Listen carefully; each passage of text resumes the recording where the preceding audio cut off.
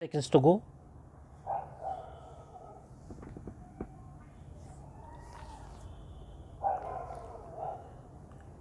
Start. I am seeking clarifications, sir, but at the same time, the government has come out with a policy of decontrol of molasses. Ultimately, what would happen to these molasses? Suppose we are producing 100 units of molasses. Out of 100 unit of molasses, how much is being used for potable alcohol? How much is being used for manufacturing Indian made foreign liquor? How much of what percentage is being used for other chemical or pharmaceutical industries? The minister has to clarify these things. My information is that nearly 80% of the molasses which is produced in this country is being used for potable alcohol and other liquors. If it is decontrolled, who is going to have control over the manufacture of illicit liquor and arrack? Then what would happen? How is the central government going to exercise control over its distribution, its transportation, its pricing?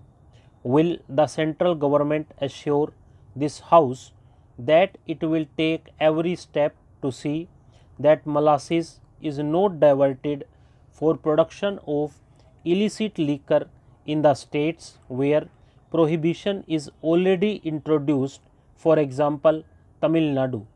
For example, in Tamil Nadu, after October, it is going to be in Andhra Pradesh. Just now, Mr. Yashwant Sinha has pointed out that the excise commissioners of some states have objected to it. What is the reaction of the government?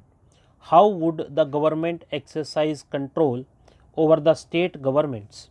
What is the mechanism?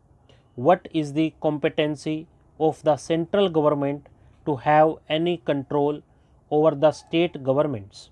He has to explain this. The minister has already committed that sugar factories are already lobbying for decontrol of molasses. I have no objection to that. I have no quarrel with it. Every industry has to exercise some lobby in order to survive. But what profit would the sugar factories get out of decontrol? What additional income would they get by decontrolling molasses? Are the sugar factories prepared to share this additional income with the cane producers? This is another important issue. I would like to know from the minister whether he has any talk, any dialogue, any discussion with his counterpart Mr. Kalpanath Rai in this regard.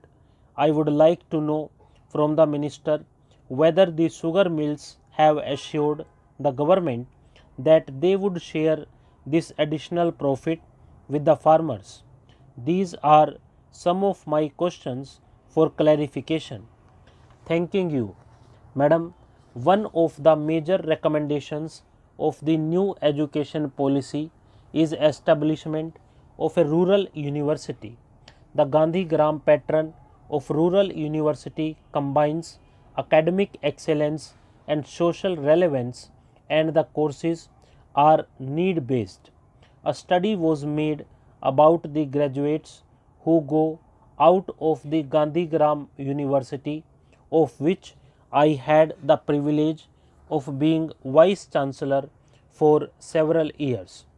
This study shows that 64% of the graduates are employed immediately, and during the year 20% go for higher studies and 5% are self employed. The Gandhigram graduates become part of the solution and not part of the problem. The Gandhigram model should be replicated with necessary modifications. The National Policy on Education 1986 says The new pattern of the rural university will be consolidated and developed on the lines of Mahatma Gandhi's revolutionary ideas on education so as to take up the challenges of micro planning at grassroots level for the transformation of rural areas. I would urge the government to take steps to implement the rural university scheme. May I also urge the government to expedite the functioning of the Nagaland University, an area where I worked for many years for peace mission, and also to strengthen the finances of the Northeastern Hill University. I agree with the honorable member who said that the northeastern region should get high priority in the matter of finance. Madam, the open system of education is an innovative approach to achieve the goal of education of all. Therefore, the open system of education should be expanded and the budget provision should be augmented. Coming to rural development, I welcome the massive outlay of rupees 7,010 crores in the budget for the year 1994-95, which is a 40% increase over the previous year's outlay of rupees 5,010 crores.